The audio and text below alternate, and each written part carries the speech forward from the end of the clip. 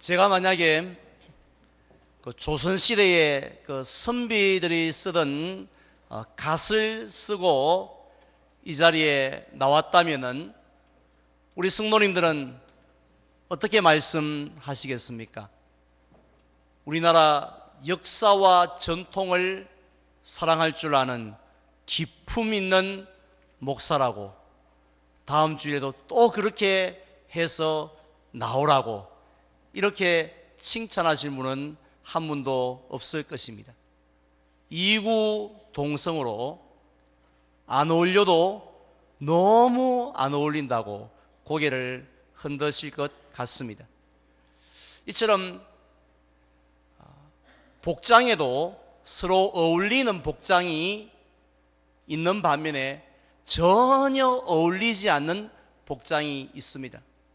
마찬가지로 우리가 사용하는 말에도 서로 어울리는 말이 있고 전혀 어울리지 않는 어불성설이라고 하죠. 어울리지 않는 말도 있습니다. 예를 들면 혹시 우리들 중에 해병대를 나오신 분들이 계신지 모르겠는데요, 해병대를 보고 뭐라고 합니까? 귀신 잡는 해병이라고 하죠. 얼마나 잘 어울리는 단어입니까? 그런데 겁이 많은 해병대, 소심한 해병대 전혀 어울리지 않습니다. 성악가 조수미 씨를 가리켜서 신이 내린 목소리라고 하는데요, 음치, 조수미 이 두 개의 단어는 또한 너무 어울리지를 않습니다. 예배 시간에 핸드폰 벨도 어울리지 않습니다. 그런데 이 세상에서 그 어떤 단어들보다도 어울리지 않는 단어가 있습니다. 그것은 바로 염려하는 그리스도인입니다. 다른 말로 걱정하는 그리스도인, 또 근심하는 그리스도인이라는 말보다도 더 어울리지 않는, 더 말이 되지 않는 말은 없습니다. 왜냐하면 그리스도인들은 어떤 사람들이냐 하면 사도신경으로 신앙 고백을 할 때마다 전능하사 천지를 만드신 하나님 아버지를 내가 믿사오며라고 제일 먼저 고백하기 때문입니다.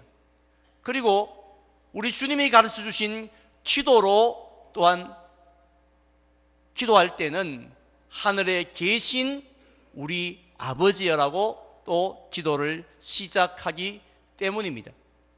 뿐만 아니라 조금 전에 찬양대가 찬양했던 것처럼 우리 예수님께서 우리를 향하여서 수고하고 무거운 짐진 자들아 다 내게로 오라 라는 그 말씀을 믿고 붙들고 살아가는 사람들이기 때문입니다.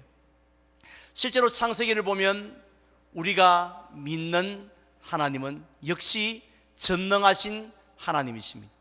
온 우주 만물을 만드셨을 뿐만 아니라 지금도 다스리시고 통치하시는 하나님이신 줄 믿습니다. 그리고 또한 모세를 통하여서 홍해 바다를 가르기도 하셨고요, 요수아를 통하여서 이 여리고성을 무너뜨리기도 하셨습니다. 히스기야 왕 때는 그 많은 아수르 군대 18만 5천 명을 하룻밤 사이에 송장으로 만드신 분이 우리가 믿는 하나님이라는 것입니다.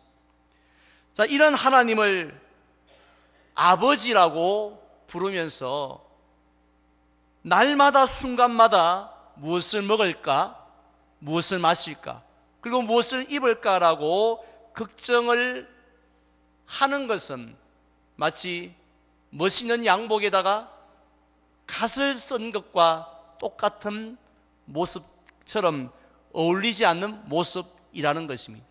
상식적으로 생각할 때에 근심이라는 단어는, 염려라는 단어는 누구와 어울리는 단어입니까? 하나님 하자도 모르는 세상 사람들에게나 너무너무 잘 어울리는 단어이지 않습니까? 그런데 우리가 출애굽기를 보면요,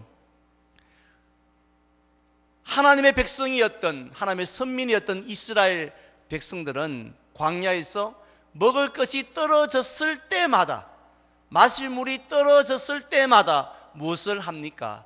그들은 근심하고 염려했습니다. 그냥 그 근심 염려로 끝났던 것이 아니라 원망하고 불평하는 자리까지 이르렀는데요. 심지어는 이 가나안 땅의 정탐꾼들이 돌아와서 보고하는 이야기를 들었을 때는 밤새도록 그들은 통곡하였다고 했습니다. 워낙 걱정이 되었어요. 그리고는 그들이 내린 결론이 무엇입니까? 애굽으로 돌아가자라고 했습니다. 그런데 이런 어처구니 없는 모습, 전혀 어울리지 않는 모습은 구약시대 이스라엘 백성들에게만 있는 이야기일까요? 오늘 예배에 참석한 저와 여러분들도 예외가 아니지 않습니까? 우리들은 우리가 사랑하는 자녀의 취업의 문이 막혔을 때, 또 결혼의 문이 열리지 않았을 때 솔직히 어떻게 합니까? 염려합니다. 사업이 어려워지면 걱정합니다. 특별히 의사가 한마디 툭 던진 그 말 한마디조차에도 우리가 세상 사람들처럼 똑같이 심각하게 근심에 빠져 우울해지기도 합니다. 사실 저는 목사로서 암 진단을 받은 우리 성도들 앞에 수도 없이 이렇게 권면했습니다. 하나님이 함께 하십니다. 하나님이 도와주실 겁니다. 따라서 아무것도 집사님 염려하지 마십시오, 이렇게 권면했습니다마는 막상 의사가 저를 보고 심각한 표정을 짓고 목사님 죄송하지만 암입니다 라고 그렇게 말을 한다라면 저는 제가 했던 그 권면처럼 아무것도 걱정하지 아니하고 피식 이렇게 마치 감기 걸리는 환자처럼 피식 웃을 수 있는 그런 자신이 솔직히 저에게는 없습니다. 오늘 우리가 하나님 앞에 예배드리기 위해서 올라왔지만 우리들 중에 나는 염려거리가 하나도 없다고, 걱정할 게 하나도 없다고 이렇게 자신 있게 말씀할 수 있는 분 우리 중에 몇 분 계실까요? 한 분도 계시지 않는다고 저는 생각을 합니다. 심지어는 우리가 예배뿐만 아니라 하나님 앞에 기도하는 그 순간에도 염려하고 있는 자신들을 발견할 때도 있지 않습니까? 밤새도록 기도하고 벌떡 일어나 집에 가면서 우야노 하고 또 이렇게 걱정할 때도 솔직히 있었지 않습니까? 그렇다면 도대체 왜 이런 걸까요? 전능하신 하나님을 아버지라 부르는 저와 여러분들이 끊임없이 염려하고 걱정하고 세상 사람들과 거꾸로 살기는커녕 똑같이 그렇게 살아가는, 하나님 앞에 기도 한번 하지 않는, 하나님 앞에 예배 한번 드리지 않는 그들과 똑같이 염려하며 살아가는 이유가 어디에 있을까요? 즉 염려의 원인이, 뿌리가 뭐라고 생각하십니까? 흔히들 우리가 그렇게 염려를 많이 하는 이유는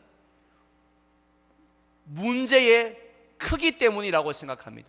우리 앞에 떡 버티고 서 있는 그 문제의 크기가 조그마한 강아지처럼, 귀여운 강아지처럼 그렇게 조그마하다면 걱정할 필요가 전혀 없지만 늘 호호깔깔 웃으며 여유롭게 살겠지만, 그렇지 않고 내 앞에 닥쳐오는 문제들마다 거대한 호랑이처럼 아가리를 쩍 벌리고 우리 앞에 늘 서 있으니까 그 문제 때문에, 그 문제의 크기 때문에 내가 어쩔 수 없이 우리가 염려하고 또 걱정한다라고. 그래서 당해보지 않았으면 말을 하지 마시라고, 이런 말을 하면서 우리는 염려의 수렁에 빠져 있다는 것입니다. 그런데 우리 예수님은 어떻게 말씀하셨습니까? 우리가 염려하는 원인이 어디에 있다고 말씀을 하셨습니까? 30절 말씀 제가 봉독해 드리겠습니다.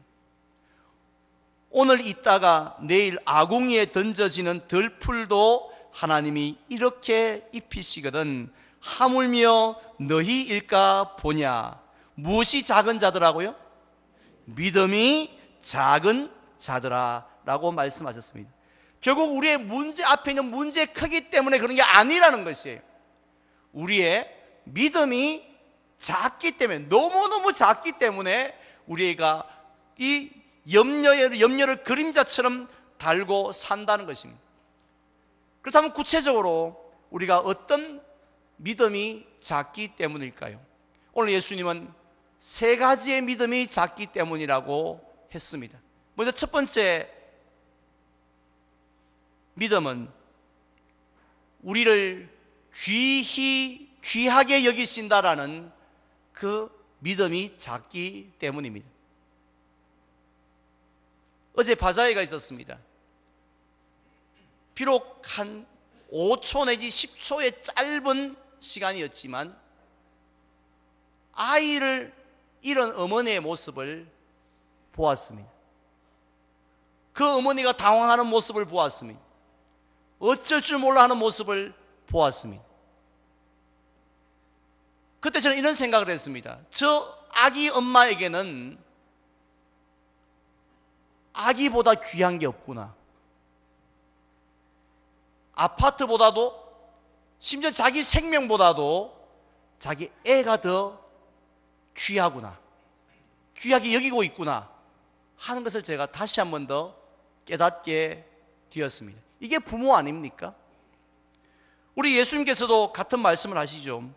26절 말씀에 보면 제자들을 향하여서 너희는 이것들보다 귀하지 아니하냐라고 너무너무 답답해 하시면서 반문하셨습니다. 30절 말씀에도 보면요, 조금 전에 읽었습니다마는 하물며 너희일까 보냐 라고 책망 섞인 말씀까지 하셨습니다. 자식을 귀하지 여기지 않는 부모가 어디 있습니까? 우리처럼 초짜 부모라 할지라도, 뭐 엉터리 부모라 할지라도, 죄성으로 가득 차 있는 부모라 할지라도 내가 낳은 자식을 그렇게 귀히 여기고 아끼는데 하물며 우리를 지으신 하나님 아버지께서 우리를 귀히 여기시지 않겠느냐라는 말씀입니다. 우리는 그런 믿음이 부족합니다.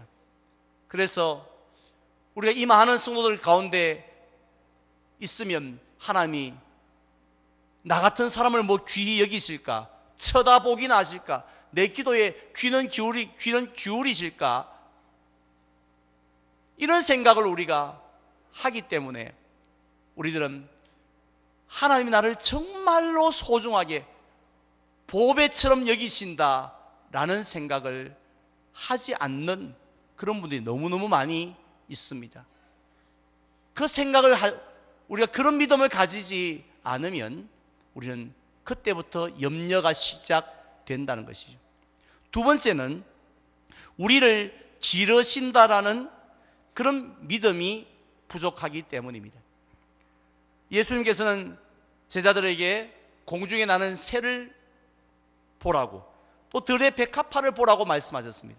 여기서 들의 백합화는 우리가 부활절 때 장식하는 그 비싼 꽃, 아주 고귀한 그 귀한 그 백합화를 이야기하는 것이 아니라 갈릴리 호수 그 언덕에 지천으로 깔려있는, 수도 없이 피어있는 그 들꽃 중에 하나를 이야기합니다. 왜 그것을 보라고 하셨습니까? 공중에 나는 새가 저절로 저렇게 날아다니는 게 아니라는 것입니다. 꽃이 저절로 피었다 지는 것이 아니라는 것입니다. 헤아릴 수 없을 정도로 많은 저 새들도, 또 저 많은 들풀과 들꽃들도 다 누가요?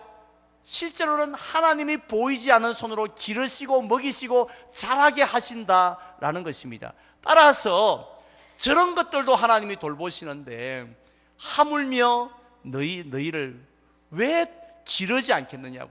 다윗이 고백했던 것처럼 여호와는 나의 목자시라고 했는데 하나님이 우리를 먹이시고 기르시고 인도하시는 하나님이신 줄 믿습니다. 근데 그런 믿음이 우리에게, 그 단순한 믿음, 이게 복잡합니까? 이게 어렵습니까? 이게 무슨 우리가 아주 높은 신앙의 경지에 이르야 깨달을 수 있는 건가요? 누구나 다 알고 신앙의 진리임에도 불구하고 이 믿음이 우리에게 약하니까 내 힘으로 먹고 살아야 하는 것처럼, 내 힘으로 버텨내야 하는 것처럼, 내 힘으로 이 문제를 풀어야 한다라고 생각하기 때문에 우리가 염려가 자동으로 일어난다는 것입니다. 마지막 세 번째는 우리를 아신다라는 말씀입니다. 오늘 32절 말씀 한번 볼까요? 이는 다 이방인들이 구하는 것이라 너희 하늘 아버지께서 이 모든 것이 너희에게 있어야 할 줄을 아시느니라고 했습니다. 우리가 기도할 때에 전능하신 하나님 이렇게 부를 때가 많지요. 여기서 전지라는 말은 모르는 것이 없으시는 분이라는 의미지 않습니까? 당연히 저와 여러분들이 기도를 시작하기 전에 우리에게 무엇이 필요한지 다 알고 계시는 분이 하나님이신 줄 믿습니다. 우리가 기도해야만이 진작 이야기하지, 난 진짜 몰랐대, 이런 분이 아니라 우리가 기도하러 올라오기 전에도 우리의 형편과 사정을 다 알고 계시는 하나님이신 줄 믿습니다. 자, 그런데 우리는 거기에 대한, 그 말씀에 대한 믿음을 가지지 못하고 내 형편, 내 사정을 하나님이 아마 모르실 거라는 이상한 믿음, 또 내가 아무리 기도해도 하나님은 안 들어주실 것이라는 그런 이상한 믿음은 확실하게 우리가 가지고 있기 때문에 염려에 빠져 있다는 것입니다. 따라서 우리가 하나님의 자녀로서요, 말씀대로 세상 사람들과 거꾸로 아무것도 염려하지 않고 살기 위해서는 어떻게 하면 될까요? 방법은 한 가지뿐이라고 예수님이 말씀하셨습니다. 그것은 우리의 작은 믿음을 키우면 되는 거죠. 그렇지 않습니까? 하나님에 대한 우리의 믿음이 작아서 문제가 생겼다라면 그 작은 믿음이 커지면 어떻게 됩니까? 내 앞에 버티고 있는 문제는 내가 믿음이 커진 만큼 줄어들 줄로 믿습니다. 그러면 그에 따라왔던 염려들도 사라지게 되는 줄 믿습니다. 이게 신앙의 공식이고 원리죠. 다른 방법 없습니다.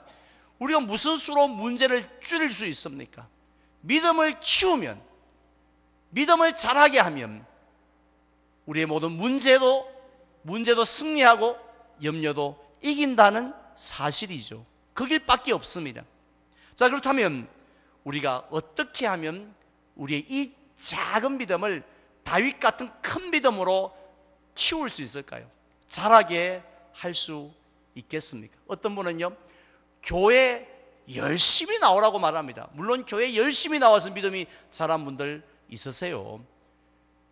봉사 열심히 하라고 합니다. 봉사 열심히 하다가 믿음 자란 분들 많습니다. 그런데 중요한 핵심이 뭐냐면, 한번 따라할까요? 십자가를 바라보라. 봉사가 중요한 게 아니에요. 성경 통독이 중요한 게 아닙니다. 예배 시간에 이 시간이 중요한 게 아니에요. 우리가 어떤 자리에 있든지 무엇을요? 십자가를 바라보느냐 바라보지 않느냐, 여기에 달렸다라는 것입니다. 우리가 잘 알고 있는 것처럼 십자가는 로마 시대의 끔찍한 사형 형틀에 불과합니다. 하지만 예수님이 달리셨던 그 십자가, 골고다 위에 세워졌던 그 십자가는 하나님의 사랑의 표시인 줄로 믿습니다. 하나님 우리에게 주신 최고의 선물인 줄로 믿으시기를 바랍니다. 하나님이 나를 사랑하시나, 나를 아끼시나 하는 그런 의심을 지워버리는 하나님의 확실한 증거인 줄로 믿습니다. 왜냐하면 허물과 죄로 죽었던 우리들이 하나님 앞에 나아갈 수 있는 방법은 없습니다. 100% 불가능합니다. 영원한 형벌을 받을 수밖에 없습니다. 그런데 우리가 받아야 할 그 형벌을 우리 예수님이 십자가 위에서 받으셨는 줄 믿습니다. 그렇기 때문에 우리는 그 십자가의 그 보혈, 예수님이 찢기신 그 살, 흘리신 보혈로 인해서 우리들은 구원의 길을 가게 됐고 영생의 길, 축복의 길을 걷게 된 줄 믿습니다. 따라서 우리가 그 십자가를 믿음의 눈으로 우리가 바라볼 때마다 어떤 믿음요? 하나님이 나 같은 것도 귀히 여기시는구나. 내가 그 누구도 나를 귀히 여기지 않는데 하나님은 나 같은 것도 귀히 여기시는구나 하는 믿음이 자라갑니다. 뭘 볼 때요? 십자가를 볼 때요. 그리고 또 하나님이 나 같은 것도 하나님이 친히 기르시구나. 우리는 양같이 늘 그릇되게 행하지만 하나님은 나 같은 인간도 늘 기르시고 먹이시고 인도하시는구나 하는 것을 무엇을 통해서요? 십자가를 통해서 깨닫습니다. 그리고 또한 하나님이 내 모든 것을 다 알고 계시는구나 하는 그 믿음도 십자가를 바라볼 때 일어나고 자라갈 줄 믿습니다.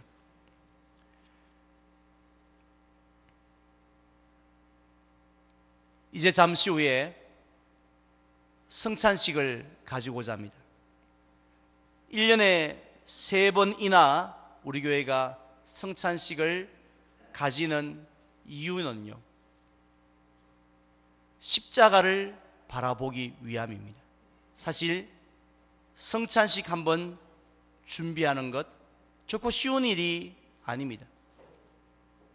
물론 우리 성도님들도 예배 시간적으로 많은 시간이 소요될 뿐만 아니라 떡과 잔을 준비하는 우리 당회원 장로님들의 그 노고도 만만치가 않습니다. 하지만 이를 늘 기념하라고 말씀하신, 성찬을 주님 오실 때까지 거행하라고 하신 이유가 무엇입니까? 바로 십자가를 바라보라는 것입니다. 우리가 오늘도 십자가를 바라볼 때에 저와 여러분들의 믿음이 자라가는 역사가 일어날 줄 믿습니다. 저는 성찬식 있는 날 유난히 많이 살펴봅니다. 유난히 많은 빈자리를 바라보면서 안타까워합니다. 왜냐하면 우리가 믿음이 자랄 수 있는 결정적인 기회이기 때문입니다. 근데 더 안타까운 분들은 어떤 분인 줄 아세요? 성찬을자에 참여하고 떡을 먹고 잔을 마셨음에도 불구하고 아무런 변화도 없이 저 성전문을 열고 나가는 분들입니다. 왜냐하면 우리가 성찬을 믿음으로 제대로 참여하는 순간 많은 유익들을 우리에게 주시지만 가장 대표적인 것이 바로 이 근심이 사라지는, 염려하는 그리스도인이 아니라 우리가 소망하고 평안으로 살아가는 그런 그리스도인으로 변하는 역사가 일어날 줄 믿습니다. 오늘 떡을 먹고 잔을 마시면서 그냥 내가 지었던 죄 한번 회개하고 눈물 한번 쓱 닦고 원래의 자리로 돌아가지 마십시오. 십자가를 바라보면서 여러분들의 삶의 모습, 전혀 어울리지 않는 염려하는 그리스도인에서 평강을 누리는, 샬롬을 누리는 그리스도인으로 변하는 그런 귀한 성찬식이 되시기를 주님의 이름으로 축원을 드립니다.